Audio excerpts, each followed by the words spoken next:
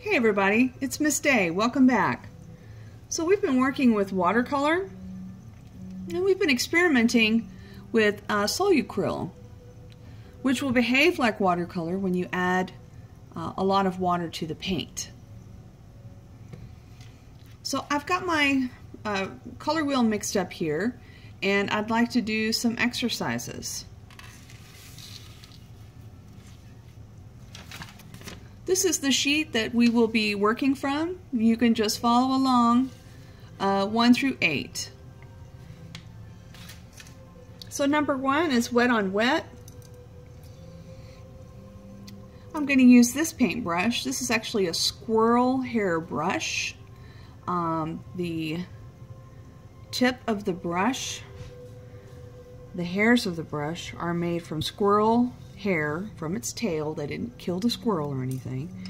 And it's a very absorbent brush. So I've just painted my paper with water.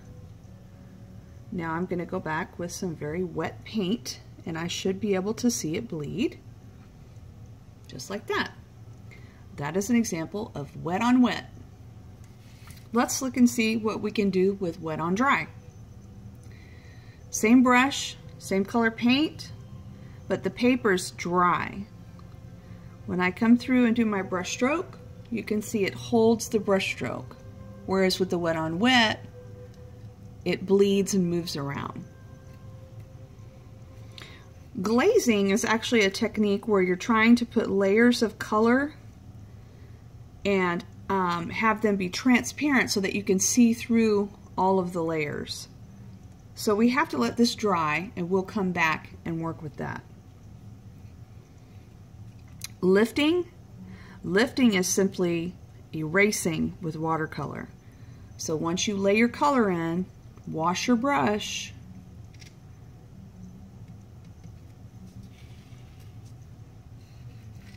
Once you wash your brush, you have clean water, come back through and lift the color out.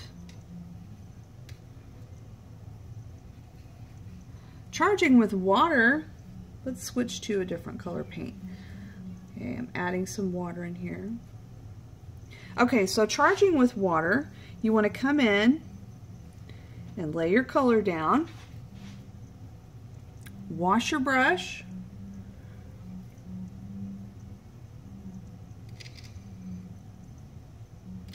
and then you're just going to drop some water right on top of the paint. Let's see if I can zoom in. So you can see, let me scoot this up. When you drop the water,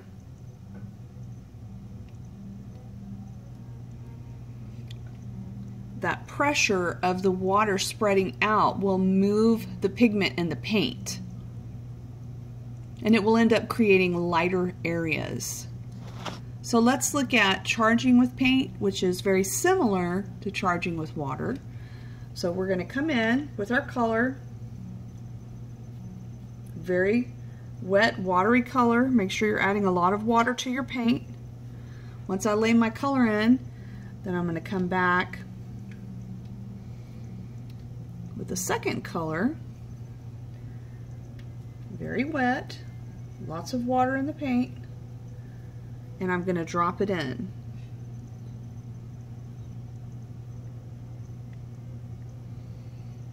So you can kind of force your brush to drop it, or you can just touch it to your paper.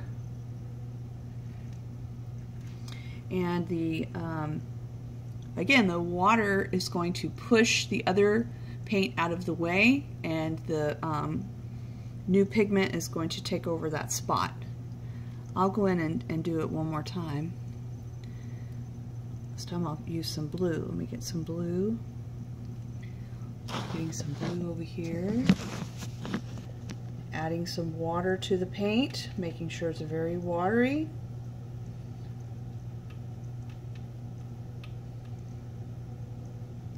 Okay. I'll come back over here and I'll drop it in where this green was also.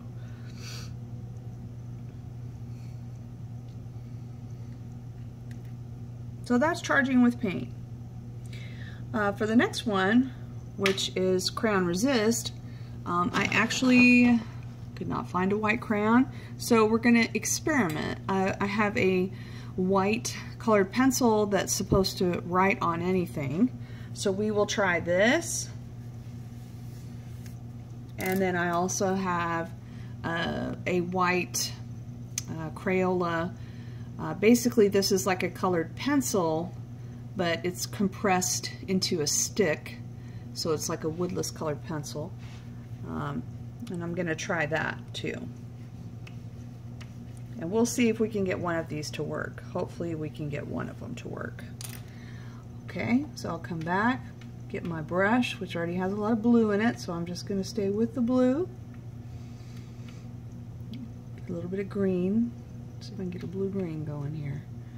Okay, let's see if we can get it to resist. Oh, look at that.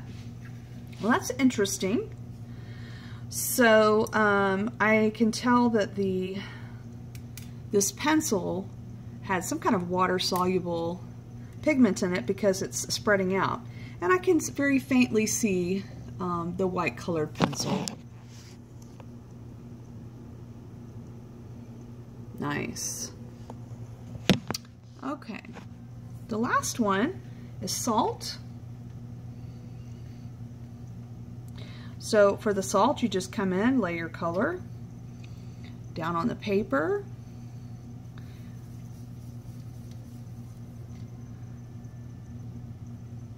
Rinsing my brush. I'm going to put a little bit of purple in that too. I think I want to see some purple. I guess I'm just in a purple mood. Okay. I'm going to zoom in a little bit so you can see when I drop the salt. Okay, move this up. Oh, I'm going to have to turn the paper. Okay.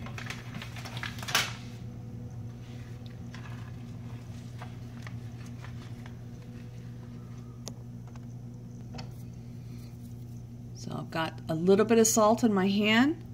I'm going to take just a pinch and I'm going to drop it onto the paper, and you can see it starts to create these little dots. And it's going to continue to change as it's absorbing the water. It's pulling the water towards the salt. I'll put a tiny bit more, but this is plenty. This is a lot of salt already. Okay. Let's come back and look at our glazing.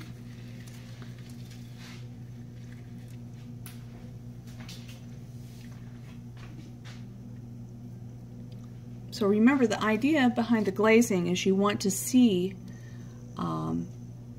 colors, transparent layers, at the same time.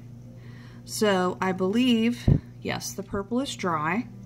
Let's come back over it. Oh, let me get a little bit more paint. Okay, I'm going to pick up some green and some blue. Get a nice blue-green going here. Okay. So when I put the color back over,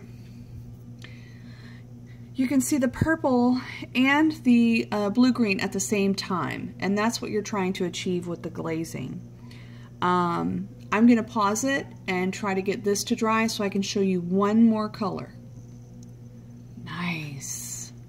This is what I want to see with the glazing. So you can see the purple, the blue, the yellow, the green. This is glazing. This is what glazing is. It's when the colors don't mix together. They're actually transparent layers. It's very beautiful. That's glazing. Very nice. Let's look and see what else has changed, because watercolor will change and move as it's drying. So lifting still looks the same. Charging with paint, that's changed quite a bit. It will continue to move and change. And here's what the salt looks like. You can see they look like little stars almost. Let's keep going. Okay, this is the resist. Charging with water. You still see that drop is drying. This is a good one right here. And then of course the glazing and the wet on wet. Thank you and good luck.